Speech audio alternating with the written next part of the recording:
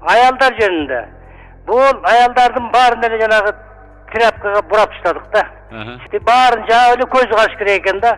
Бул эми туура эмес да. Мына кыргыз эли ага чыдабайт. Кыргыз эл деген ачык жүргөн калп. Бул деген жанагы биз акында жазат да. Ак билек, көзүңдүн карагаты, анан кийин тишиңдин агы, анан тияк буяк деген бул каяктан чыгат бул сөз? Бул адам баласы жаап таштаса, дагы жаап, анан кийин көрсөтөнгө кетсе, ал туура эмес. Анан жанагындай баарын чүмкөп таштаганга мен каршымын. Пайгамбарыбыз айтып атат бир хадисинде. Алла субханаху ва таала 3 нерсени жаман көрөт, ал эми 3 нерсени андан бетер жек көрөт деди. Алла субханаху ва таала ошо үчөөнүн ичинде бирөөсүн айтып атат. Бузукулукту жаман көрөт деди. Ал эми бузуку карыяны жек көрөт деди. Азыркы карыялар мындай сөздү айтууга болбойт.